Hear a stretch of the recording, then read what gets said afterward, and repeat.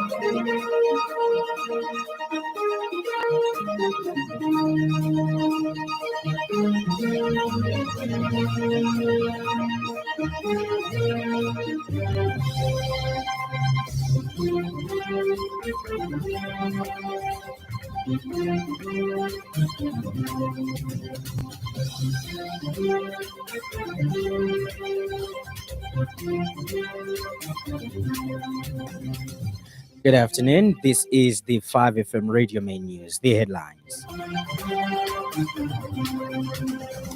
Zambia selected as WHO flagship country for childhood cancer initiative.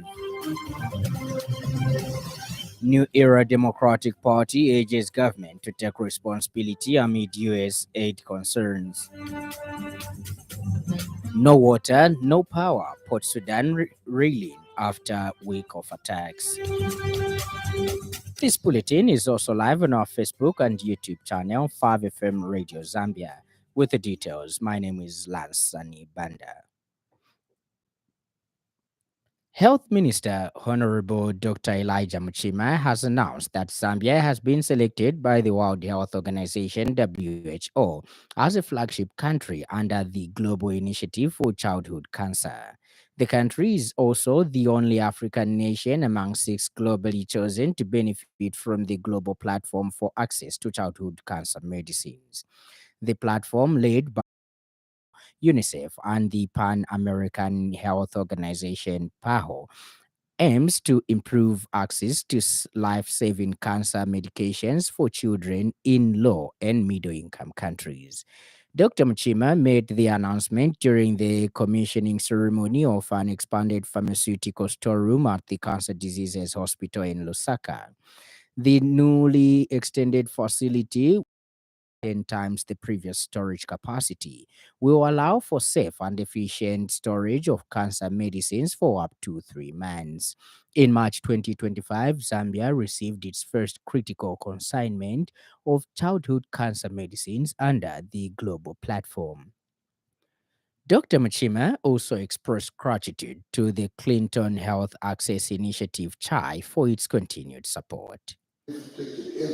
Our practice, we're not going to screen everyone. We became very sensitive with HIV and we have saved many lives. This should also apply as a screening. It's critical. Cervical, prostate, name it. I've heard many Zambians saying we're negligent government, but the opposite. But the president can put in that house is a very caring president. He has gone even beyond the budgeted figure in terms of vaccinations. Also present at the event, Chai Country Director Ms. Hilda Shakwelele disclosed that the pharmacy expansion project cost 1.3 million kwacha and will play a key role in strengthening Zambia's oncology's medicine supply chain, improving inventory management, and enhancing quality control. On behalf of the Clinton Health Access Initiative, I'm honored to witness the commissioning of the extension of the Cancer Diseases Hospital Pharmacy Storeroom. The cancer burden in Zambia remains high and is increasing rapidly, and a significant number of these cancer cases involve children, with approximately 1,480 new childhood cancer cases recorded annually.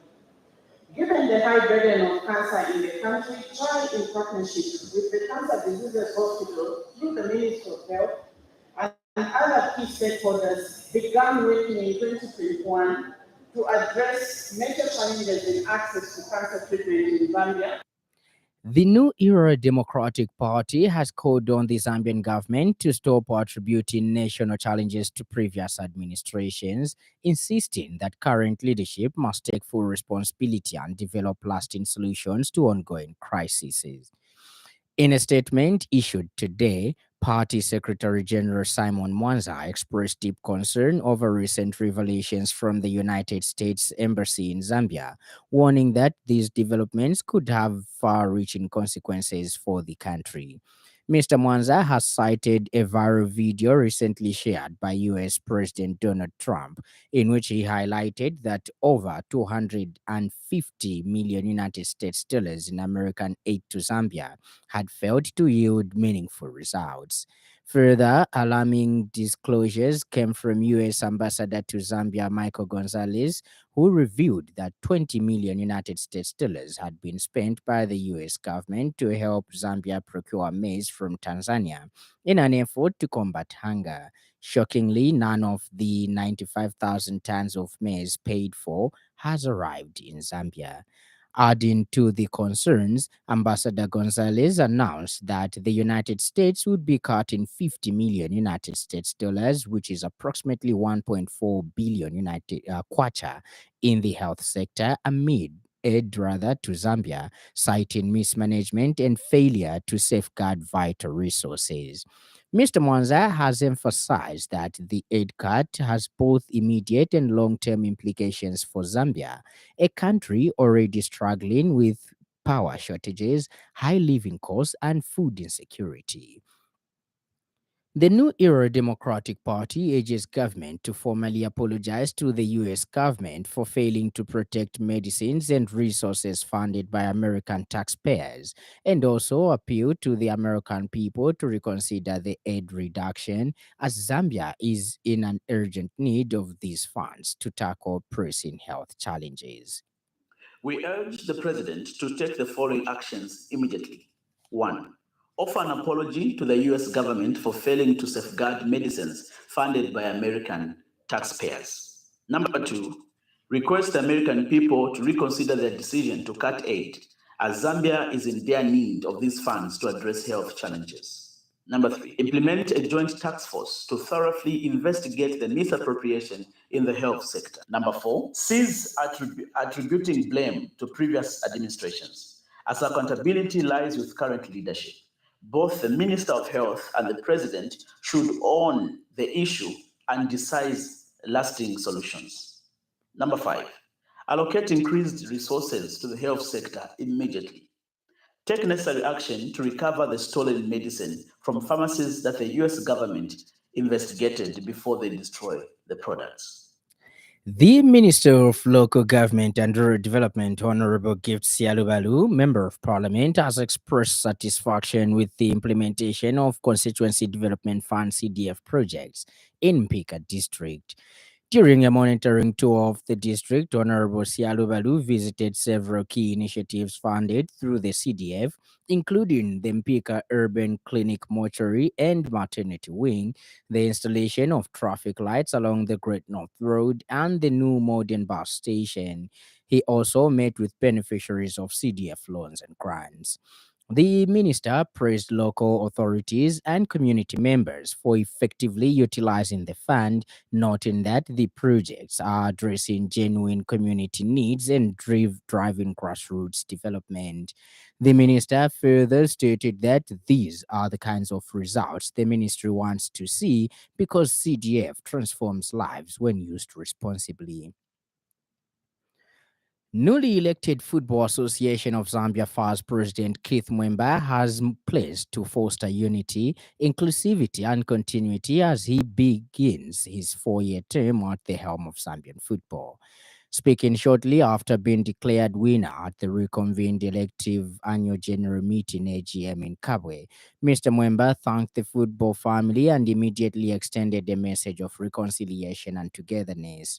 Mr. Mwemba has stated that the process of uniting the football family begins now, while also expressing appreciation to outgoing President Mr. Andrew Kamanga for his leadership. He has emphasized that is outlined in his manifesto. He will continue working with Mr. Kamanga, Mr. Justin Mumba, and other key figures in the football community. Mr. Mwemba has reaffirmed his commitment to his campaign premises, underscoring the importance of collective leadership and building on the progress achieved under the previous administration. The family begins uniting this very moment. I wish to thank the outgoing President, Mr. Andrew Kamanga. I am calling upon everybody to show him the maximum utmost respect. As I promised in my manifesto, I will continue working with Mr. Andrew Kamanga. I will continue working with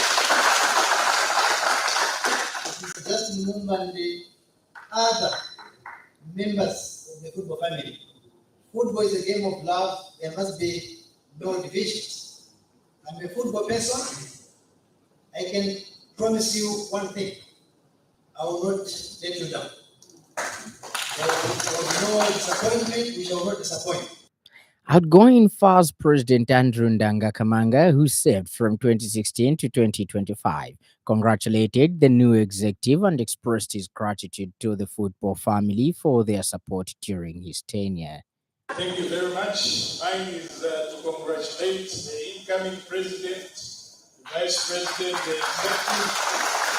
All I can do is wish you well and continue taking Zambian football forward. I also want at this point to thank all of you for having been with me in the last 8 years on a journey that saw us reach the highest point.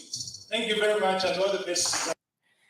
Democratic Party leader Justin Konge has underscored the need for prioritizing and delimitation of constituencies as a fundamental step toward ensuring equitable distribution of developmental programs across the country. He noted that without properly defined and updated constituency boundaries, it becomes challenging to implement government initiatives in a manner that is fair and reflective of the population's current demographic and geographic realities. Mr. Nkonge stressed that a well-executed delimitation process would not only enhance political representation, but also promote inclusive development, allowing all regions to benefit proportionately from national resources and infrastructure projects. The Electoral Commission of Zambia embarked on some exercise to go around the country, and they came up with proposals of how many constitutions should be created, constituencies should be created, the delimitation that should have happened everywhere. That thing, there was an attempt, very few. We saw in Eastern Province, a few constituencies were divided, but not to the expectations, because a lot of constituencies, I'll talk about it now, because that is a constituency that I've trodden so much, and I've seen its expanse. And in other news trending this afternoon,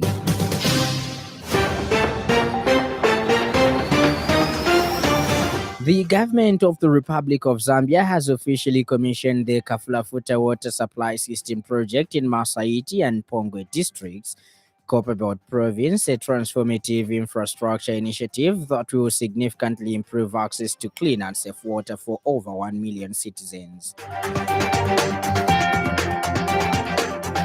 Central Province Minister Mwabashike Nkulukusa has expressed appreciation for the unwavering and generous support extended by the government of Japan towards Zambia's national development agenda.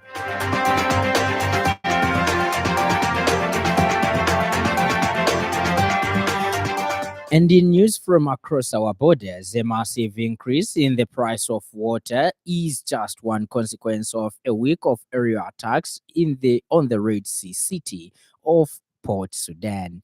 Once seen as a relatively safe haven from Sudan's devastating civil war, Port Sudan is now reeling from days of bombardment from the Rapid Support Forces RSF paramilitary group.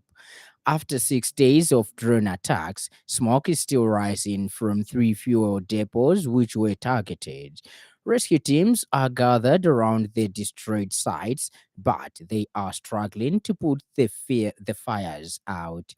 The conflict, which began as a struggle between the leader of the RSF and the army more than 2 years ago, has created one of the world's worst humanitarian crises and forced more than 12 million people from their homes.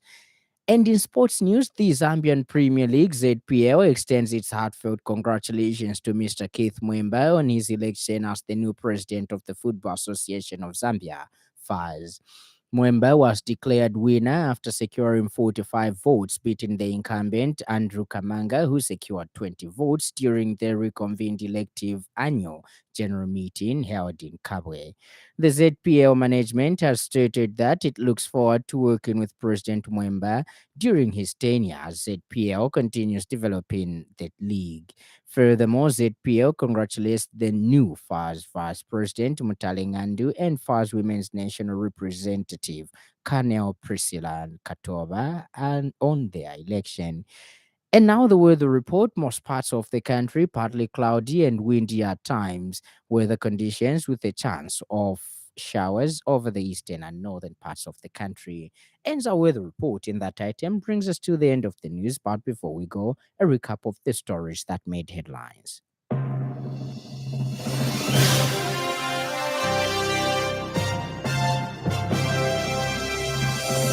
Health Minister Honorable Dr. Elijah Mchima has announced that Zambia has been selected by the World Health Organization (WHO) as a flagship country under the Global Initiative for Childhood Cancer.